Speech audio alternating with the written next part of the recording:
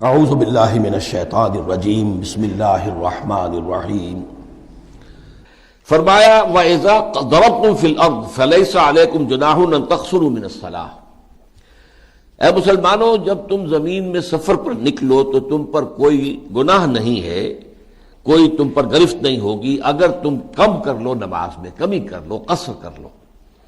ان خفتم ان یفتنکم الذین کفروا، اگر تمہیں یہ اندیشہ ہو کہ تم کو فتنے میں مبتلا کر دیں گے کافر لوگ، یعنی یہ کہ اگر نماز پوری پڑھی جا رہی ہے، اہتمام سے پڑھی جا رہی ہے، تو دشمنوں کو موقع مل جائے گا کہ وہ آ کر حملہ آور ہوں اور تمہیں شدید نقصان پہنچائیں۔ تو اس حالت میں تمہارے لیے اجازت ہے کہ تم چاہو، تمہارے لیے یہ کہ تم نماز کم کر دو۔ ان الکافرین کانوا لکم عدوا مبینا، یقیناً کافر تو تمہارے کھلے دشمن ہیں ہی، وہ تو گھات میں ہیں، جو بھی موقع انہیں مل جائے گا اس سے انہوں نے فائدہ اٹھانا ہے۔ یہ آیت مبارکہ اس اعتبار سے بہت اہم ہے کہ قصر فی الصلاۃ کا حکم قرآن مجید میں صرف اسی آیت میں آیا ہے، لیکن چونکہ ظاہر الفاظ کے اعتبار سے اس کے اندر اضافی شرط ہے، ایک تو سفر اور دوسری یہ کہ اگر خوف ہو، لہذا جو بھی اصحاب ظاہر ہیں جنہوں نے وہی بات جو میں کہہ رہا تھا کہ ہم تو صرف قرآن ہی کو تھامیں گے، ہمیں رسول کی سنت سے کوئی سروکار نہیں ہے، وہ تو وقتی چیز تھی، ان کا معاملہ یہ ہوا ہے۔ اصحاب ظاہر ہمارے ہاں بھی رہے، پہلے بھی رہے ہیں۔ ابن حزم ظاہری، ان کا نام ہی جو ہے اس فرقے کا یا اس مکتب فکر کا ظاہریہ ہے، ظاہر پر بات کرنے والے، ظاہر پر چلنے والے۔ اور پھر خوارج جنہوں نے کہا تھا کہ ہمارے لیے تو بس قرآن کافی ہے۔ تو ان سب کے نزدیک قصر جو ہے وہ نماز میں صرف حالت خوف میں ہوگی، اس لیے کہ یہاں پر یہ شرط ہے، اور دوسرے یہ کہ اجازت دی گئی ہے، تو اس میں کوئی حکم نہیں دیا گیا ہے۔ فَلَيْسَ عَلَيْكُمْ جُنَاحٌ، کوئی حرج نہیں ہے، تم پر کوئی گرفت نہیں ہوگی، کوئی ملامت نہیں ہوگی، تمہیں پر کوئی گناہ نہیں آئے گا اگر تم کمی کر لو نماز میں۔ قصر کہتے ہیں کم کرنا، قصور آپ کی طرف سے جو کمی رہ گئی ہو، تقصیر اسی سے بنا ہے، تقصیر کی میں اپنی تقصیر کی معافی چاہتا ہوں، مجھ سے جو کمی رہ گئی ہے میں اس کی معافی چاہتا ہوں۔ قصر، تو یہ جو لفظ ہے کسر، کاف اور سین کے ساتھ آئے گا تب بھی کسی چیز کی کمی ہونا ہے، کسر ہے، کسر اور انکسار۔ تو یہ یوں سمجھیے کہ حکمت لغہ جو ہے، زبان کی جو حکمت ہے کہ الفاظ قریب قریب کے جو ہوتے ہیں، خسر، خے سین رے یہ بھی، اور خا صاد را خسر یہ بھی جو ہے، یہ تمام کی تمام اختصار، کم کرنا، مختصر کر دینا۔ تو قصر ہو، خسر ہو، کسر ہو، یہ سب کے سب جو الفاظ ہیں جو کچھ ہم وزن سے بھی ہیں اور جو ایک اپنے آواز کے ساؤنڈ کے اعتبار سے بھی ایک دوسرے سے قریب ہے، اس کا جو مادہ ہے وہ ایک دوسرے سے قریب ہے، تو ان کا مفہوم ایک ہی ہے۔ تو ان تقصروا من الصلاۃ ان خفتم ان یفتنکم الذین کفروا، اگر تمہیں یہ اندیشہ ہو کہ تمہیں فتنے میں ڈال دیں گے، تمہیں مصیبت میں مبتلا کر دیں گے کافر، ان الکافرین کانوا لکم عدوا مبینا، اور یہ تو بات واضح ہے کہ کافر تو تمہارے کھلے دشمن ہیں، ہر وقت گھات میں ہیں، موقع دیکھتے ہیں۔ تو جیسا کہ میں نے عرض کیا کہ اس میں ظاہریہ، ابن حزم ظاہری اور خوارج کے نزدیک قصر جو ہے نماز میں وہ صرف حالت خوف میں ہے، عام سفر میں قصر نہیں ہے۔ لیکن یہ کہ سنت رسول صلی اللہ علیہ وسلم سے ثابت ہے کہ آپ نے ہر سفر میں قصر کیا ہے، چاہے کوئی خوف ہو چاہے نہ ہو، چاہے حالت جنگ ہو چاہے نارمل ہو۔ چنانچہ حضرت عمر رضی اللہ تعالیٰ عنہ نے اس معاملے میں اپنا ایک شبہ پیش کیا تھا حضور کے سامنے صلی اللہ علیہ وسلم کہ قرآن مجید میں تو یہ ایک رعایت ہے، اور نمبر دو یہ کہ اس کے ساتھ شرط جو دوسری ہے، سفر بھی ہو اور سفر کے ساتھ خوف، حالت خوف ہو، دشمن کی طرف سے اندیشہ ہو۔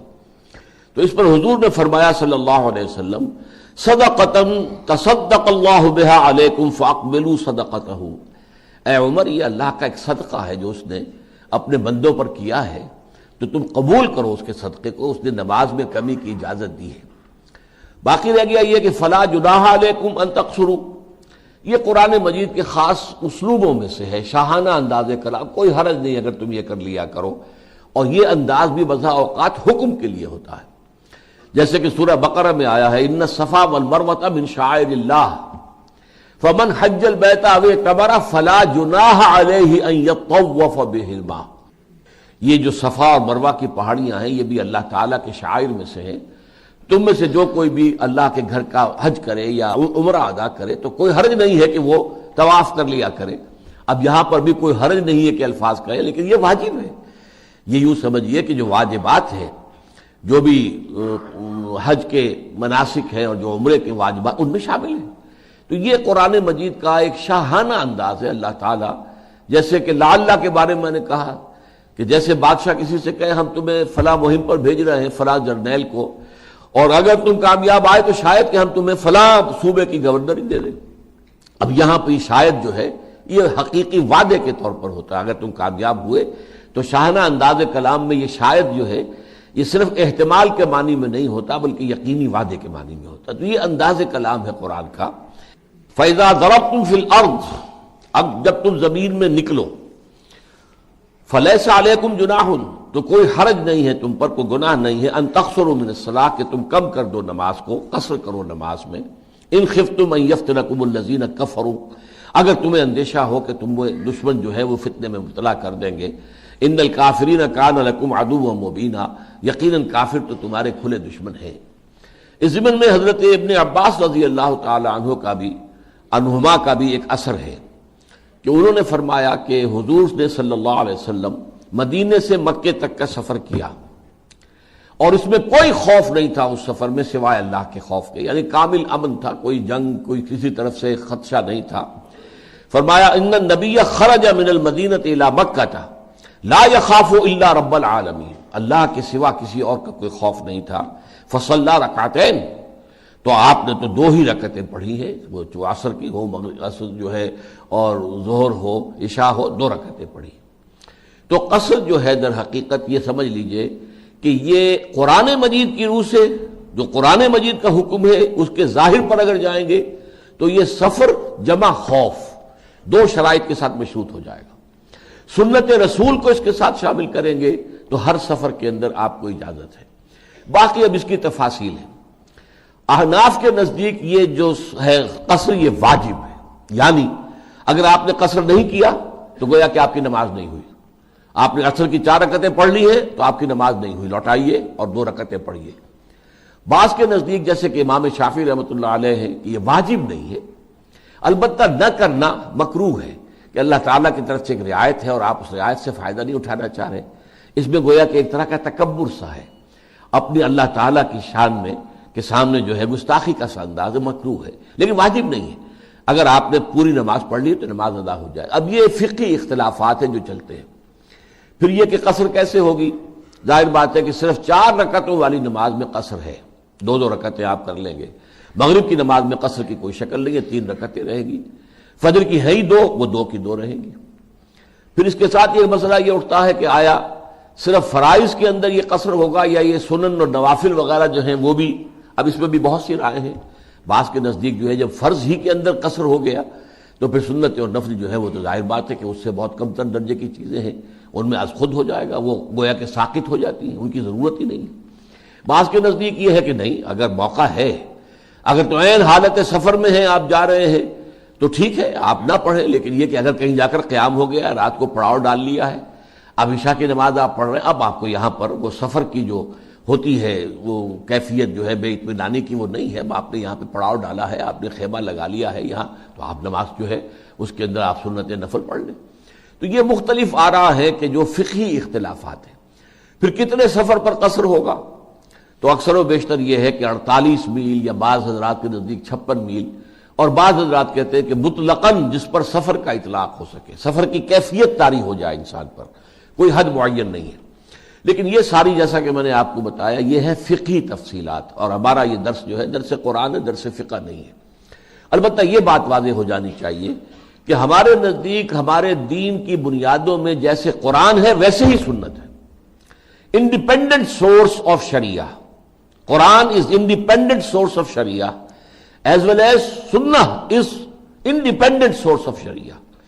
یہ ضرور ہے کہ جو سنت ہے حضور صلی اللہ علیہ وسلم کی، وہ قرآن کے کسی حکم کو ساقط نہیں کر سکتی، اس کی نفی نہیں کر سکتی، اس کے اندر بنیادی رد و بدل نہیں کر سکتی، لیکن سنت کیا کر سکتی ہے؟ نمبر 1، قرآن پر اضافہ کر سکتی ہے۔ مثلا ہم نے پڑھا اسی سورہ مبارکہ میں کہ تمہارے لیے جائز نہیں ہے کہ 2 بہنوں کو تم ایک ہی وقت میں اپنے نکاح میں رکھو، ان تجمعوا بین الاختین، دو بہنوں کو تم بیک وقت اپنے نکاح میں رکھو، یہ حرام ہے۔ حضور نے اس کی توسیع کر دی، یہی حکم جو ہے خالہ بھانجی کا بھی ہوگا اور یہی حکم پھپھی بھتیجی کا بھی ہوگا۔ تو یہ ایک اس اضافہ ہے، اس کی توسیع ہے، حکم کے اندر کوئی تبدیلی نہیں۔ کہیں ایسا ہوتا ہے کہ قرآن نے کسی چیز کو عام بیان کیا ہے، اسے سنت خاص کر دیتی ہے، جیسے زنا کا جو حکم ہے 100 کوڑے، یہ قرآن نے عام بیان کیا ہے، لیکن سنت رسول صلی اللہ علیہ وسلم نے اس کو خاص کر دیا کہ یہ غیر شادی شدہ زانی اور زانیہ کی سزا ہے، شادی شدہ زانی اور زانیہ جو ہے اس کے سزا رجم ہے۔ تو قرآن پر اضافہ ہو سکتا ہے، قرآن کے خاص کو عام کیا جا سکتا ہے، قرآن کے عام کو خاص کیا جا سکتا ہے، یہ تو سنت رسول کا حق ہے، لیکن سنت جو ہے وہ کہیں قرآن مجید کی کسی شے کی مطلقاً نفی نہیں کر سکتی۔ تو یہاں پر بھی جیسا کہ میں نے کہا کہ ایک اضافہ ہے کہ اللہ تعالیٰ کی طرف سے یہ ہدیہ ہے تمہارے لیے، یہ تحفہ ہے، صدقہ ہے، اس کو قبول کرو خوش دلی کے ساتھ۔ تو اس میں یہ ہے کہ وہ قصر کرنا چاہیے، البتہ یہ کہ باقی تفاصیل جیسا کہ میں نے عرض کیا اس کی مختلف شکلیں ہو سکتی ہیں، تو مختلف شکلوں کا معاملہ جو ہے وہ پھر فقہاء کے آپس کے استنباطات جو ہے ان کے مختلف جو اصول ہیں، طریقے ہیں، اس کے پر مبنی ہے۔ صدق اللہ العظیم۔